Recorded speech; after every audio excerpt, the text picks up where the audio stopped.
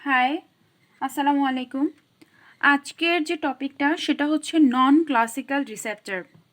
নন classical receptor হচ্ছে যে এটা আমি ওই ক্লাসিক্যাল নন ক্লাসিক্যাল মানে রিসেপ্টর ক্লাসিফিকেশনের যে ভিডিওটা আছে ওখানে ওই কথাটা উল্লেখ করছিলাম অ্যান্ড তার একটা ক্লাসিফিকেশনও দেখাইছিলাম যে অ্যাকচুয়ালি এরা কোনো রিসেপ্টর না, এরা হচ্ছে আমার সেলেরই কিছু part, enzyme, voltage gated ion channel, তারপরে হচ্ছে যে আমার ট্রান্সপোর্টার, স্ট্রাকচারাল প্রোটিন, নিউক্লিওটাইড, এরা হচ্ছে যে আমার সেলেরই স্ট্রাকচার। অ্যান্ড ড্রাগ এদের সাথে এসে বাইন্ড করে এদের কাজকে বাড়িয়ে দেয় অথবা কমিয়ে দেয়। তো কিন্তু এই যে ড্রাগ যে এদের সাথে বাইন্ড করতেছে এটা কিন্তু কোনো ইসের মাধ্যমে বাইন্ড করতেছে না, কোনো রিসেপ্টরের মাধ্যমে বাইন্ড করতেছে না, ঠিক আছে? তো এই যে রিসেপ্টরের মাধ্যম ছাড়াই ড্রাগ ওদের সাথে বাইন্ড করে ওদের কাজকে বাড়ায় দিচ্ছে। তো আমরা যেহেতু জানি যে ড্রাগ রিসেপ্টরের সাথেই বাইন্ড করে, তো ওই হিসাব করে এই ধরনের এনজাইম, এই ধরনের স্ট্রাকচারাল প্রোটিন এরা হচ্ছে যে একটা রিসেপ্টরের ক্লাসিফিকেশনে পড়ে যায়। আর দ্যাটস ওয়াই এরা হচ্ছে যে, আর যেহেতু এরা রিসেপ্টরের কোনো ক্লাসকে মেনটেন করে না, তাই এদেরকে মানে নন ক্লাসিক্যাল রিসেপ্টরস বলা হয়ে থাকে। অ্যান্ড এই এই যে রিসেপ্টরগুলা, এগুলো হচ্ছে যে এগুলোর সাথে একটা জিনিসের কনফিউজড হয়ে যেতে পারে যে আমাদের ড্রাগ যারা এনজাইমের সাথে, সাপোজ আমার এনজাইম একটা রিসেপ্টর হিসেবে কাজ করতেছে কারণ ড্রাগ তার সাথে বাইন্ড করছে, ঠিক আছে? অ্যান্ড এনজাইমের হচ্ছে যে হাই স্টিমুলেশন হলো অথবা ইনহিবিশন হলো অথবা এরকম অন্যান্যগুলোর কথা বলি, কিন্তু এনজাইমেরটা আমি স্পেশালি বলতেছি কারণ এনজাইমের সাথে আর একটা জিনিস গুলাই ফেলতে পারি, সেটা হচ্ছে যে enzyme inhibitor and enzyme induction. Enzyme inhibitor, enzyme induction আর যে এনজাইমগুলো রিসেপ্টর হিসাবে কাজ করে এবং সেই রিসেপ্টরগুলোর জন্য যে ড্রাগগুলো থাকে এদের ড্রাগ, আর এনজাইম ইনহিবিশন বা স্টিমুলেশনের ড্রাগ, এটা দুটো কিন্তু আলাদা জিনিস, ঠিক আছে? এটা গুলায় ফেলার মতো হতে পারে। যদি আমি নন ক্লাসিক্যাল রিসেপ্টরের ড্রাগের কথা বলি, তাহলে এই ড্রাগগুলার মেইন এইমই থাকে এই এনজাইমগুলোর সাথে বাইন্ড করবে অ্যান্ড এই এনজাইমের ফাংশনকে বাড়িয়ে দিবে অথবা কমিয়ে দিবে, মানে কি স্টিমুলেট করবে অথবা ইনহিবিট করবে, ঠিক আছে? অ্যান্ড ওই এনজাইম স্টিমুলেশন আর ইনহিবিশনের মাধ্যমে হচ্ছে যে আমার বাকি কাজগুলো হবে। বাট যে এনজাইম ইনহিবিশন এর যে টপিকটা, ওই টপিকে যে ড্রাগগুলো থাকে, যে নেমসাইম এনজাইম ইনহিবিটরস, মানে যে ড্রাগগুলো এনজাইমকে ইনহিবিট করে, ঠিক আছে? ওই জিনিসটা কিন্তু আবার আলাদা জিনিস। ওটা হচ্ছে যে ওই ড্রাগগুলোর অ্যাকচুয়াল কাজ থাকে হচ্ছে যে, সাপোজ আমি যদি মেট্রোনিডাজলের কথা বলি, যে যে হচ্ছে একটা এনজাইম ইনহিবিটর, ওর কাজ কিন্তু থাকে কি অন্যরকম, ঠিক আছে? ওর কাজ কিন্তু অন্যরকম। বা ক্লোরাম ফেনিকলের কথা যদি বলি, ওর কাজ কিন্তু আমরা জানি যে ওর কাজ স্পেসিফিক একটা কাজ, কিন্তু ও যখন বডিতে আসে তখন আমার ওয়ারফেরিনকে মেটাবোলাইজ করার জন্য লিভার যে এনজাইম প্রোডাকশন করে, ওই ক্লোরাম ফেনিকলের প্রেজেন্সে ওই এনজাইমের প্রোডাকশনটা কমে যায়। তো এই কারণে এদেরকে আমার ক্লোরাম ফেনিকলকে আমার ওয়ারফেরিনের এনজাইম ইনহিবিটর বলা হয়ে থাকে, ঠিক আছে? তো ক্লোরাম ফেনিকল একটা এনজাইম ইনহিবিটর। তো কোশ্চেন আসলে এভাবেই আসবে যে এনজাইম ইনহিবিটরের নাম বলো অথবা name some drug which is enzyme inhibitor. কিন্তু এখানের কোশ্চেনটা এরকম আসবে যে ড্রাগ অ্যাকশন, মানে ড্রাগ কাজ করতেছে by enzyme stimulation and inhibition. মানে হচ্ছে যে ড্রাগের মেইন কাজটাই হচ্ছে যে, লক্ষ্যটাই হচ্ছে যে এনজাইমকে ইনহিবিট করা, স্টিমুলেট করা। বাট আমাদের এনজাইম ইনহিবিটর যারা আছে ওদের কিন্তু ওই লক্ষ্যটা থাকে না, ওদের লক্ষ্য থাকে অন্যটা। বাট ওদের প্রেজেন্সে লিভারের এনজাইম প্রোডাকশনের ক্ষমতাটা কমে যায় অথবা বেড়ে যায়। আর নন ক্লাসিক্যাল রিসেপ্টরের এনজাইমের কথা বলতেছি আমি, এই এনজাইমের সাথে এনজাইমের গুলায় ফেলতে পারবো। তো নন ক্লাসিক্যাল এনজাইম ইনহিবিটর এক জিনিস, আর drug action by enzyme inhibition আলাদা জিনিস, ঠিক আছে? মানে এখানে এইটার মধ্যে হচ্ছে যে ড্রাগ কাজ করে এনজাইমের সাথে বাইন্ড করে তাকে ইনহিবিট অর স্টিমুলেট করার মাধ্যমে। আর ইনহিবিটরস, এনজাইম ইনহিবিটরস মানে এই ড্রাগগুলোর আসল কাজ থাকে অন্য একটা, বাট এদের প্রেজেন্টের কারণে ড্রাগ মেটাবোলাইজিং এনজাইমের সিনথেসিস ইনহিবিট হয়ে যায় অথবা বেড়ে যায়। অ্যান্ড কিন্তু যেটা মোটেও আমার ড্রাগের অ্যাকশন ছিল না, হ্যাঁ, সাইড ইফেক্ট হিসেবে আমি বলতে পারি, ঠিক আছে? তো এখন আমি বলবো হচ্ছে যে এনজাইম অ্যাজ আ রিসেপ্টর। তো এটার মধ্যে দুইটা ভাগ হবে, একটা হচ্ছে যে ড্রাগ যারা হচ্ছে এনজাইমকে স্টিমুলেট করে তাদের ইফেক্ট দেখায়, আর একটা হচ্ছে ড্রাগ যারা হচ্ছে যে আমার এনজাইমকে ইনহিবিট করে ইফেক্ট দেখায়। আজকের টপিকটা শুধুমাত্র স্টিমুলেটের কথাই বলবো, কারণ এটা অনেক ইম্পর্টেন্ট একটা জিনিস। সেটা হচ্ছে আমার যে ড্রাগ সেটার নাম হচ্ছে GTN। উই নো এটা একটা হ্যাঁ আমার মানে হার্টের একটা ড্রাগ। মানে হার্টের ড্রাগ বলতে হচ্ছে যে আমার কার্ডিওভাস্কুলার ডিজিজ পার্সনদেরকে নাইট্রোগ্লিসারিন দেওয়া হয়ে থাকে তাদের ভ্যাসেলগুলোকে রিল্যাক্স করার জন্য। তো নাইট্রোগ্লিসারিন GTN এমন একটা ড্রাগ যার জন্য কোনো রিসেপ্টর নাই, এ অ্যাকচুয়ালি একটা এনজাইমের সাথে বাইন্ড হয়, ওই এনজাইমটাই তখন তার জন্য একটা রিসেপ্টর হিসাবে কাজ করে, অ্যান্ড তখন ওই এনজাইমটার ফাংশন বেড়ে যায়, অ্যান্ড মানে সে স্টিমুলেট হয়ে যায়, অ্যান্ড এই স্টিমুলেশনের মাধ্যমে হচ্ছে যে সে ভ্যাসেলটাকে রিল্যাক্স করায়। তো এখন আমি সেই পাথওয়েটা দেখাবো যে আমরা যে নাইট্রোগ্লিসারিনটা খাই সেটা অ্যাকচুয়ালি থাকে হচ্ছে যে এই ফর্মে, অ্যান্ড এটা অ্যাকচুয়ালি আমাদের আসে কোন জায়গায় আমি দেখাই। এটা আসে আমাদের প্রথমে আসে লিভারে থাকে, রেড ব্লাড সেলে আসে, অ্যান্ড হচ্ছে আমার অ্যান্ডোথেলিয়ামে আসে।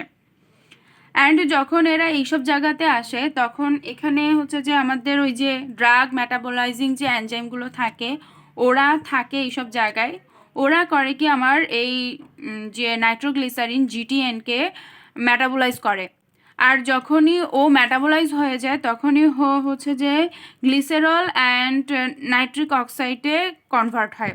নাইট্রিক অক্সাইড এমন একটা জিনিস যেটা আমাদের কিন্তু বডিতে এমনিতেও প্রডিউস হয়, বাট আমাদের যে পেশেন্টগুলো মানে যে পেশেন্টগুলো হাইপারটেনসিভ পেশেন্ট ওদেরকে আমরা বাহির থেকেও এই নাইট্রিক অক্সাইডটা দেই GTN রূপে, ঠিক আছে। তো GTN যখন মেটাবোলাইজড হয়ে যায় তখন আমরা নাইট্রিক অক্সাইডটা পাই। নাইট্রিক অক্সাইডটা আলটিমেটলি আমাদের ঘুরে ফিরে এই যে অ্যান্ডোথেলিয়ামে থাকে, তো অ্যান্ডোথেলিয়াম থেকে এটা ডিফিউশনের মাধ্যমে আমার টিউনিকা মিডিয়াতে চলে যায়, ঠিক আছে। টিউনিকা মিডিয়াতে চলে যায়, এটা একটা মাস্কুলার এরিয়া, ভ্যাসেলের একটা মাস্কুলার এরিয়া এখানে চলে আসে, অ্যান্ড এটা একটা স্মুথ মাসেল। তো আমরা দেখতেছি লিভার সেলে এবং রেড ব্লাড সেলে এবং অ্যান্ডোথেলিয়ামের সেলগুলোতে আমার নাইট্রোগ্লিসারিন GTNটা হচ্ছে যে মেটাবোলাইজ হলো এবং সে আলটিমেটলি তৈরি করলো নাইট্রিক অক্সাইড, যেটা আমার ডিফিউজড হয়ে আমার টিউনিকা মিডিয়াতে চলে আসলো। ওকে, তো এখানে আমার ডিফিউশনের মাধ্যমে নাইট্রিক অক্সাইড ডিফিউশনের মাধ্যমে টিউনিকা মিডিয়াতে আসলো। এখানের একটা সেলকে আমি জুম করে দেখাচ্ছি যে অ্যাকচুয়ালি এই সেলের ভিতরে কি হচ্ছে। তো এটা একটা সেল যেটা হচ্ছে যে আমার টিউনিকা মিডিয়ার একটা সেল, ঠিক আছে। তো টিউনিকা মিডিয়ার সেলের ভিতরে আমার নাইট্রিক অক্সাইড ঢুকলো, আর টিউনিকা মিডিয়ার সেলে হচ্ছে যে একটা এনজাইম থাকে যেটার নাম হচ্ছে গুয়ানাইল সাইক্লেজ হচ্ছে যে একটা এনজাইম যেটা হচ্ছে আমার জিটিপিকে সাইক্লিক জিএমপিতে কনভার্ট করে, বাট এটা এখন ইনঅ্যাক্টিভ অবস্থায় আছে, সো সে জিটিপিকে সাইক্লিক জিএমপিতে কনভার্ট করবে না। বাট যখনই আমার নাইট্রিক অক্সাইড এটা কিন্তু এখনও আমাদের ড্রাগটা মেটাবোলাইজড হওয়ার পরের একটা form, but it is the drug যেটা আমরা বডির বাহির থেকেই দিছি, ঠিক আছে, অথবা বডিতেও তৈরি হতে পারে, বাট এটা কিন্তু এখনও আমাদের ড্রাগ, ঠিক আছে, ড্রাগের একটা মলিকিউল। তো এই ড্রাগটা কিন্তু এখানে কোনো রিসেপ্টরের সাথে বাইন্ড করে না, সে কিন্তু একটা এনজাইমের সাথে বাইন্ড করছে, ঠিক আছে। তো বাইন্ড করার পরে যখনই এর সাথে বাইন্ড করে তখন আমার এই যে জিসি সে অ্যাক্টিভ হয়ে যায়, অ্যান্ড সে হচ্ছে যে তার কাজ করা শুরু করে, মানে জিটিপিকে সাইক্লিক জিএমপিতে কনভার্ট করা শুরু করে। সাইক্লিক জিএমপি এটা একটা মলিকিউল যেটা হচ্ছে যে আমার সেলের ভিতরে এক ধরনের কাইনেস থাকে, এটা হচ্ছে প্রোটিন কাইনেস জি।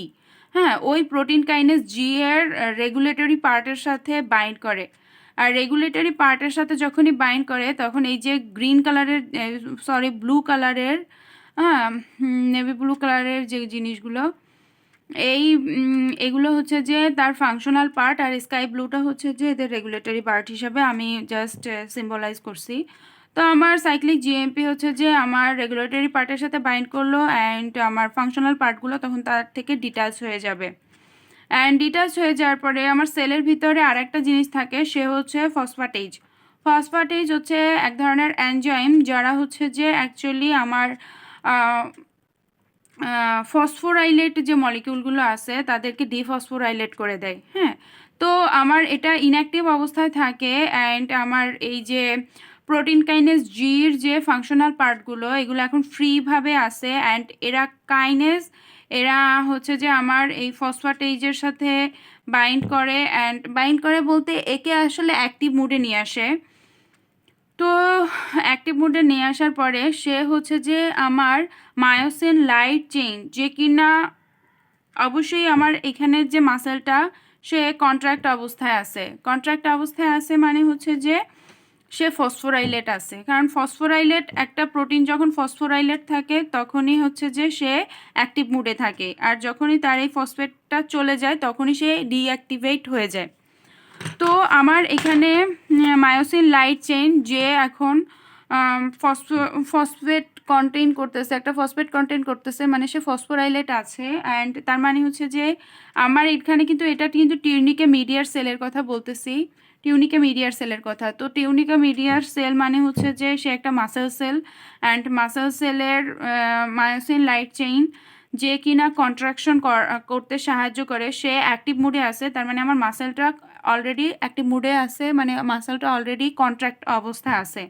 তো আমার এই ফসফেটেজ যে কিনা এতক্ষণ ইনঅ্যাক্টিভ মুডে ছিল তাকে যখন পিকেজি হচ্ছে যে তাকে অ্যাক্টিভ করে দেয় তখন সে কি করে, সে আমার এই মায়োসিন লাইট চেলকে ডিফসফোরাইলেট করে দেয়। অ্যান্ড যখনই ও ডিফসফোরাইলেট হয়ে যায় তখন সে হচ্ছে যে আলাদা আলাদা হয়ে যায়, মানে মাসেলটা রিল্যাক্স হয়ে যায়। হ্যাঁ, যে স্মুথ মাসেলটা তখন রিল্যাক্স হয়ে গেল। আর স্মুথ মাসেল রিল্যাক্স হয়ে যাওয়া মানে হচ্ছে যে আমার ভ্যাসেলটা ডাইলেট হয়ে যাওয়া, ভ্যাসেলটা ডাইলেট হয়ে যাওয়া, ভ্যাসেলটার ভিতরের লুমেইনের ডায়ামিটারটা বেড়ে যাওয়া। আর কন্ট্রাক্ট থাকা মানে ও খিচে, মানে একদম খিচে ধরে রাখছে লুমেনটাকে, মানে লুমেনটা ছোট হয়ে আসছে যার কারণে ব্লাড সার্কুলেশন ভালোভাবে মানে অ্যাপ্রোপ্রিয়েটভাবে হচ্ছে না, ডিজায়ার সার্কুলেশনটা হচ্ছে না, যার কারণে হাই প্রেশার হয়ে থাকে। আর যখনই আমার এই যে মায়োসিন লাইট চেইনটা ডিফসফোরাইলেট হয়ে যায় তখন সে রিল্যাক্স হয়ে যায়, আর সে রিল্যাক্স হয়ে গেলে আমার এই টিউনিকা মিডিয়া রিল্যাক্স মানে হচ্ছে যে আমার এন্ডোথেলিয়ামও রিল্যাক্স, মানে হচ্ছে লুমেনটা বড় হয়ে গেল, ব্লাড ভালোভাবে সার্কুলেট হচ্ছে। আর এই যে টিউনিকা মিডিয়া ওকে রিল্যাক্স করার জন্যই আমরা বাহির থেকে অ্যাকচুয়ালি হাইপারটেনসিভ পেশেন্টদেরকে জিটিএন দিয়ে থাকি, মানে খেতে দেখি।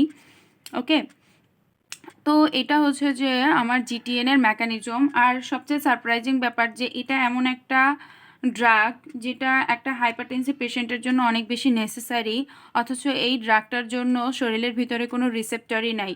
সে একটা নন ক্লাসিক্যাল রিসেপ্টরের মাধ্যমে তার কাজগুলো শো করে। অ্যান্ড আরও সারপ্রাইজিং ব্যাপার হচ্ছে যে এই ড্রাগটা মেটাবলিজম হওয়ার পরে সে মানে অ্যাক্টিভ মুড হয়, এর আগে সে ডিঅ্যাক্টিভেটেড থাকে।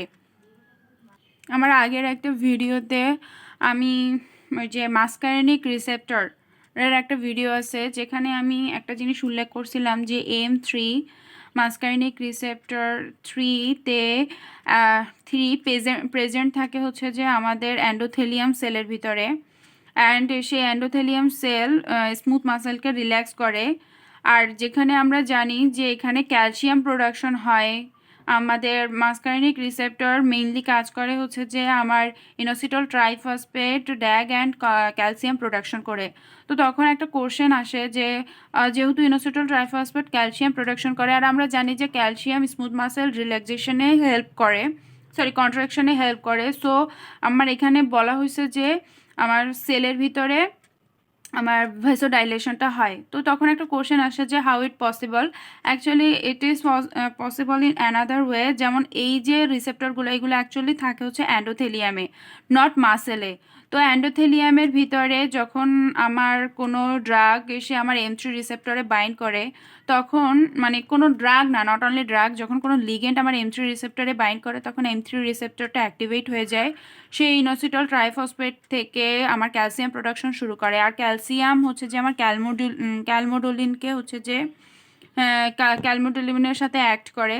আর এই ক্যালমোডোলিন আমার হচ্ছে যে নাইট্রিক অক্সাইড সিনথেসিসকে অ্যাক্টিভেট করে দেয়, মানে যে হচ্ছে নাইট্রিক অক্সাইড সিনথেস করবে। তো নাইট্রিক অক্সাইড সিনথেস বেড়ে যায়, এর এই সব কিছু হয় হচ্ছে যে আমার এন্ডোথেলিয়ামে। আর নাইট্রিক অক্সাইড যখন সিনথেস হয়ে যায়, তৈরি হয়ে যায়, তখন সেটা হচ্ছে যে আমার ডিফিউশনের মাধ্যমে আমার মাসেল টিউনিকা মিডিয়াতে চলে আসে, ভ্যাসেল ওয়ালের মাস্কুলার পার্টে চলে আসে। অ্যান্ড দেন সে হচ্ছে যে আমি এতক্ষণ যে কথাগুলো বলতেছিলাম যে এই যে এতক্ষণ যে কথাগুলো বলতেছিলাম যে এইভাবে সে হচ্ছে যে মাসলটাকে রিল্যাক্স করে, ঠিক আছে। তো আমার মাসকারিনিক রিসেপ্টর সে ইনোসিটল ট্রাইফসফেট অ্যান্ড ক্যালসিয়াম, সেও কিন্তু এক দিক থেকে আমার মাসেলকে রিল্যাক্স করতে পারে, ইনডিরেক্টলিও রিল্যাক্স করতে পারে। ডিরেক্টলি সে কন্ট্রাক্ট করে, বাট ইনডিরেক্টলি রিল্যাক্স করতেও হেল্প করে। Thank you.